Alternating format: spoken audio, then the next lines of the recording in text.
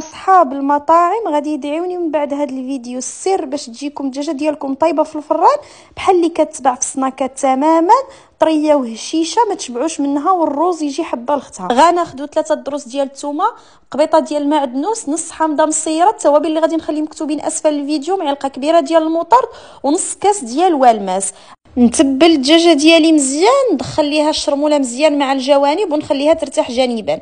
الرز اللي سلقناه نص سلقه نضيفوا معاه زيتون مقطع، كبده اللي مسلوقه ومقطعه، الحامض مصير حتى هو مقطع، ما تبقى من الصوص اللي صيبنا، وشويه ديال زيت الزيتون. نعمر الدجاجه ديالي مزيان على هاد الطريقه، نحاول انني نعمرها مزيان، نرزمها نديرها في بابي كويسو مع بابي الومنيوم.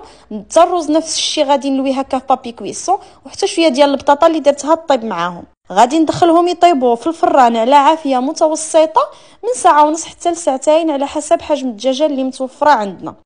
صافي غير نجبدوها ونحسوا بلي الدجاج ديالنا طاب، وحتى البطاطا نعريو عليها ونخليوها تحمر على عافيه، اللي تكون حتى هي متوسطه، كتاخذ لينا داك اللون الذهبي وتجي من ألذ ما يكون، وبالصحه والراحه.